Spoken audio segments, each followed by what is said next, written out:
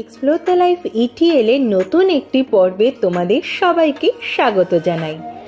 আমরা চলে এসেছি নতুন একটি ভ্লগ নিয়ে। আজকের ভ্লগ হলো মেঘালয়। অবশ্যই মেঘালয় যাওয়ার আগে আমাদের একটা দিন স্টে করে নিতে হয়েছিল কামাখ্যাতে। আর কামাখ্যাতে আসবো, মায়ের দর্শন করব না, সেটা কি করে সম্ভব হয়?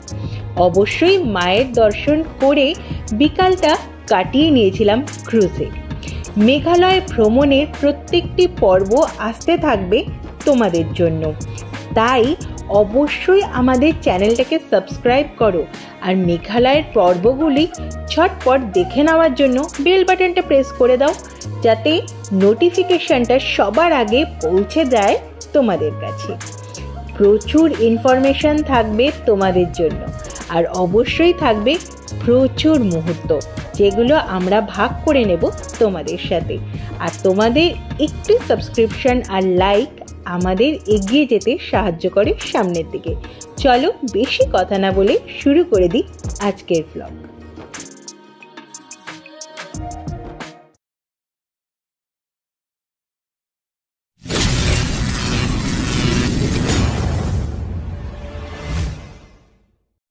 আজকের গল্পটা একটু পুরনো।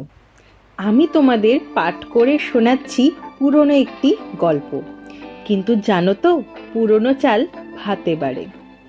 দেখতে দেখতে চলে এসেছে আমাদের বন্দে ভারত। প্রথম ডেস্টিনেশন হলো গুয়াহাটি। আরে দাঁড়াও দাঁড়াও, যাচ্ছ কোথায়? গুয়াহাটির ভ্লগ তোমাদের সাথে তো আমি আগেও শেয়ার করেছি, কিন্তু এইবারের প্রথম দিনের ডেস্টিনেশন গুয়াহাটি যাওয়া হলেও আমরা কিন্তু সেখান থেকে চলে যাব অবশ্যই নতুন একটা জায়গা, মেঘালয়। মেঘালয়ের প্রত্যেকটা মুহূর্ত তোমাদের সাথে শেয়ার করে নেব। 3 রাত 4 দিনের একটা ট্রিপ, আর ভীষণ মজাদার একটা ট্রিপ। থাকবে প্রচুর ইনফরমেশন, তাই ব্লগটা কিন্তু স্কিপ করো না। প্রথম দিনেই আমরা চলে গিয়েছিলাম কামাখ্যা মায়ের দর্শন করতে। অবশ্যই গুয়াহাটিতে আসবো আর মা কামাখ্যার দর্শন করব না, সেটা তো হতে পারে না। তাই আমাদের হোটেলটা ছিল একদম কামাখ্যা মন্দিরের সামনেই। আর এই হোটেলটাতে কিন্তু আমরা আরও একবার স্টে করেছিলাম, সেই ব্লগটাও তোমাদেরকে অবশ্যই দেখিয়ে দিয়েছি, আর প্রচুর ভালোবাসা পেয়েছি তোমাদের কাছ থেকে। তাই এবারেও আমরা উঠেছিলাম ওম রিজেন্সিতে।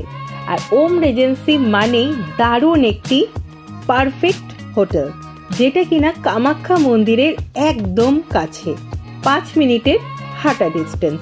মানে হেঁটে মন্দিরে যেতে লাগে মাত্র 5 মিনিট। আর খাওয়া দাওয়াটাও কিন্তু বেশ ভালো। আমরা প্রথম দিন পৌঁছেই চলে গিয়েছিলাম মায়ের পুজো দিতে। আমরা হোটেলে পৌঁছে গিয়েছিলাম 1টার মধ্যে। তারপরেই 2টো নাগাদ চলে এসেছিলাম কামাখ্যা মন্দিরে। দেখলাম মন্দিরে চলছে কাজ, মানে মন্দিরকে সাজানো হচ্ছে আরো সুন্দর করে। এসে দেখেছিলাম জেনারেল লাইন রয়েছে বেশ ফাঁকা ফাঁকাই, তাই দাঁড়িয়ে পড়েছিলাম জেনারেল লাইনেই। এই দিন কিন্তু আমরা ভিআইপি লাইনের জন্য ওয়েট করিনি। 2টোর সময় আমরা লাইন দিয়েছিলাম পুজো দেওয়ার জন্য। 5টা নাগাদ আমাদের পুজো কিন্তু সম্পন্ন হয়ে গিয়েছিল। এখানে জেনারেল লাইনে দাঁড়িয়ে পুজো দিতে কিন্তু কোনো টাকা লাগে না, কিন্তু যদি তোমরা ভিআইপি লাইনে মাধ্যমে পুজো দাও তাহলে 501 টাকা করে জনপ্রতি দিতে হবে পুজো দিয়ে নেওয়ার জন্য। আমরা এরপরে ভোগ প্রসাদ খেয়ে নিয়েছিলাম মায়ের। তারপরেই রওনা দিয়েছিলাম ক্রুজের উদ্দেশ্যে। চলো ভাগ করে নিই সেই মুহূর্তগুলো। সন্ধ্যার সময়টা আমরা কাটিয়ে নিয়েছিলাম আলফ্রেজো গ্র্যান্ডের সাথে। ব্রহ্মপুত্র নদীর এ মাথা থেকে ও মাথা ঘুরে দেখতে দেখতে আলফ্রেজো গ্র্যান্ডের সাথে কাটিয়ে নিয়েছিলাম দারুণ একটি মুহূর্ত। আমাদের এখানে পার হেড টিকিট পড়েছিল 1700 টাকা, আর তার সাথে ইনক্লুডেড ছিল ইভিনিং স্ন্যাক্স আর ডিনারটাও।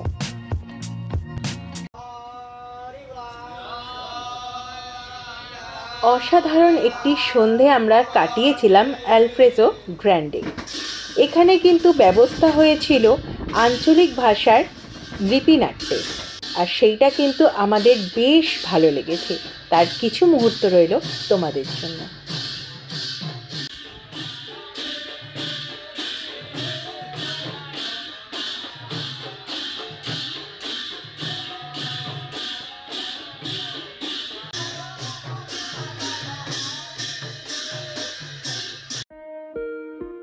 চলো ঘুরে দেখে নিই আলফ্রেজোর আশপাশটা। খুব সুন্দর করে কিন্তু ক্রুজটি সাজানো। তোমরা নিচের হলে যদি বসে ডিনারটা সারতে চাও তাহলে ঠিক আছে, নইলে কিন্তু একদম খোলা আকাশের নিচেও বসে আড্ডা দিয়ে নিতে পারো বন্ধুদের সাথে, আর টুকটাক স্ন্যাক্সও এখানে বসেই খেয়ে নিতে পারো। আমরা এখন উমানন্দ টেম্পেলের আশপাশ থেকে ঘুরে বেড়াচ্ছি। রাতের ব্রহ্মপুত্রের রূপ ছিল অসাধারণ। সেটাকে এক্সপ্লোর করতে করতে আমাদের কিন্তু সময় কেটে যাচ্ছিল খুব ঝটপট করে। এর পরের দিনই আমরা রওনা দিয়েছিলাম মেঘালয়ের উদ্দেশ্যে, আর এই ট্রিপটা আমরা করে নিয়েছিলাম বাপিদার সাথে।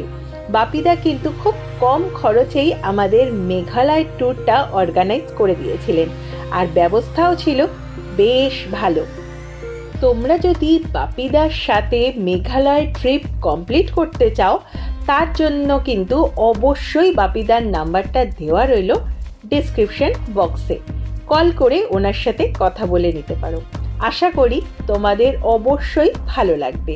আর আমরা ঘুরতে গিয়েছিলাম, সেটাই উপভোগ করেছি, আর সেটাই তোমাদের সাথে শেয়ার করেছি। এটা কোনো পেইড প্রমোশন নয়। এরপরে আমরা চলে এসেছিলাম অবশ্যই ডাইনিং এরিয়াতে, কারণ পরের দিন আমাদের বেরিয়ে পড়তে হবে সকাল সকাল, তাই ডিনারটাও কিন্তু কমপ্লিট করে নিতে হবে। প্রায় 3 ঘন্টা আমরা সময় কাটিয়েছি আলফ্রেজোতে, আর ডিনারের কোয়ালিটি আর পরিমাণ সবটাই ছিল বেশ, কারণ বুফে সিস্টেমে তুমি যতটা খাবে ততটাই তুমি নিতে পারবে, কিন্তু ওয়েস্ট করা যাবে না। খাবারের কোয়ালিটিও ছিল বেশ ভালো। এখানে কিন্তু প্রায় 10 রকমের আইটেম ছিল, আর তার সাথে ভেজ নন ভেজ 2 রকমের আইটেমই কিন্তু আমাদের মেনুতে অ্যাড করা ছিল। মানে কাউকে খালি মুখে ফিরতে হবে না। আর আগেই বলেছি, খাবারের টেস্ট ছিল অসাধারণ। ক্রুজের অ্যাম্বিয়েন্সটা এতটাই সুন্দর ছিল যে আমাদের আসতেই ইচ্ছা করছিল না, কিন্তু কি করা যাবে, পরের দিন সকালেই রওনা দিতে হবে মেঘালয়ের উদ্দেশ্যে, তাই অবশ্যই রেস্ট নেওয়া প্রয়োজন। তাই ফিরে পড়েছিলাম নিজেদের হোটেলে একদম ভোরবেলা। এখন বাজে 4টে, আর আমিও উঠে পড়েছি। আর হ্যাঁ, এখানেও কিন্তু আমি তোমাদের বন্ধু রিয়া উপস্থিত ছিলাম না। তোমাদের বন্ধু সঞ্জীবের মুখে আমি যেটাই শুনেছি সেটাই তোমাদের বর্ণনা করছি। ভোর 4টের সময় উঠেই আশপাশে একটু মর্নিং ওয়াকের জন্য বেরিয়ে পড়েছিলাম। আর এই হচ্ছে আমাদের হোটেল ওম রিজেন্সি। এর ইন ডিটেলস ভিডিও আমাদের কিন্তু চ্যানেলে আগেও আরেকটি রয়েছে, তাও সংক্ষেপে ঘুরে দেখিয়ে দিই আশপাশটা, আর অবশ্যই কিছু টুকটাক প্রয়োজনীয় ইনফো দিয়ে দিই তোমাদেরকে। আবার ওম রেজেন্সিতে থাকার একটি প্লাস পয়েন্ট হলো এইটি কিন্তু কামাখ্যা মায়ের মন্দিরের একদমই সামনে, বলতে পারো একদম মন্দির চত্বরে। এইখান থেকে মন্দিরে যেতে সময় লাগবে পায়ে হেঁটে 5 মিনিট। আর দেখতেই পাচ্ছ একদম সামনেই রয়েছে আমাদের জেনারেল টিকিট কাউন্টার। এখান থেকেই কিন্তু সকালবেলায় টিকিট দেওয়া হয় জেনারেল লাইনের জন্য। যারা এখানে শুধুমাত্র মায়ের পুজো দিতে আসেন তাদের জন্য হোম রিজেন্সি একদম কিন্তু পারফেক্ট চয়েস। অবশ্যই নিট অ্যান্ড ক্লিন রুম, তার সাথে তোমরা পকেট ফ্রেন্ডলি বাজেটে পেয়ে যাবে রুমগুলো। তার সাথে খাওয়া দাওয়াটাও বেশ চমৎকার, আর খাওয়া দাওয়া হিসেবে কিন্তু সব থাকবে ভেজিটেরিয়ান ফুড। তাই তোমরা যদি কামাখ্যায় পুজো দিতে আসো মায়ের, তাহলে অবশ্যই কিন্তু এখানে স্টে করতে পারো। আর এটা কোনো পেড প্রমোশন নয়, অবশ্যই আমরা এখানে থেকেছি, আমাদের ভালো লেগেছে, সেটাই তোমাদের সাথে শেয়ার করে নিচ্ছি। এর ইন ডিটেলস ভিডিও রয়েছে আমাদের চ্যানেলে, সেটার লিঙ্ক অবশ্যই তোমাদের জন্য দেওয়া রইল ডেসক্রিপশন বক্সে, অথবা আই বাটনে ক্লিক করেও তোমরা দেখে নিতে পারো ওম রিজেন্সির ফুল ব্লগ। সকাল 8টা নাগাদ আমরা রওনা হব মেঘালয়ের উদ্দেশ্যে। তার আগে অবশ্যই কিন্তু ম্যান্ডেটরি হিসাবে মায়ের দর্শন করে নেওয়া মাস্ট, এটা আমার মতে। কারণ মায়ের এত কাছে রয়েছি, আর একটু পরেই শুরু করব আমাদের কাঙ্ক্ষিত ডেস্টিনেশনের উদ্দেশ্যে যাত্রা মেঘালয়। আর তার আগে মায়ের আশীর্বাদটা নেব না, সেটা কি কখনো হতে পারে? তাই গুটি গুটি পায়ে সকালবেলাতেই চলে এসেছি কামাখ্যা মায়ের দর্শন করে নিতে। এখন বাজে প্রায় 6:45, কিন্তু চারপাশে লোকজনের উত্তেজনা বা লোকজনের আনাগোনা দেখে মনে হচ্ছে বাজে হয়তো 9:30-10টা। কারণ যারা জেনারেল লাইনে পুজো দেয় তারা কিন্তু অনেক ভোরবেলা থেকেই এখানে চলে আসে লাইন দিতে।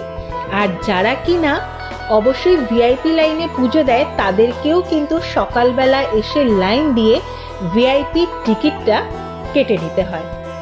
তাই সকাল সকাল মন্দির চত্বর হয়ে রয়েছে সরগরম। চারপাশের দোকানগুলোও কিন্তু মোটামুটি খুলে গেছে।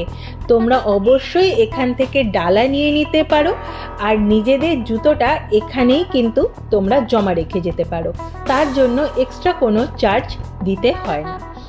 আমি এসে দাঁড়িয়েছি কামাখ্যা মন্দিরের মূল প্রবেশদ্বারের সামনে।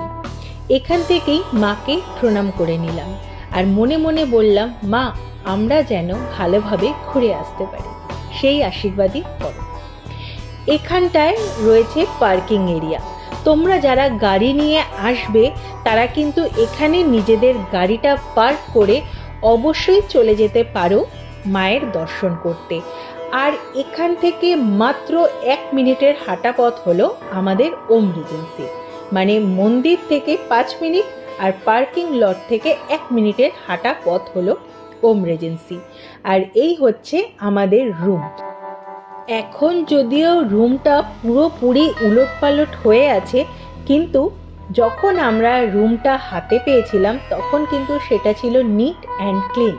আর এর সাথে পেয়ে যাবে একটি বারান্দা, আর সামনের প্রাকৃতিক দৃশ্যটাও কিন্তু অসাধারণ ছিল।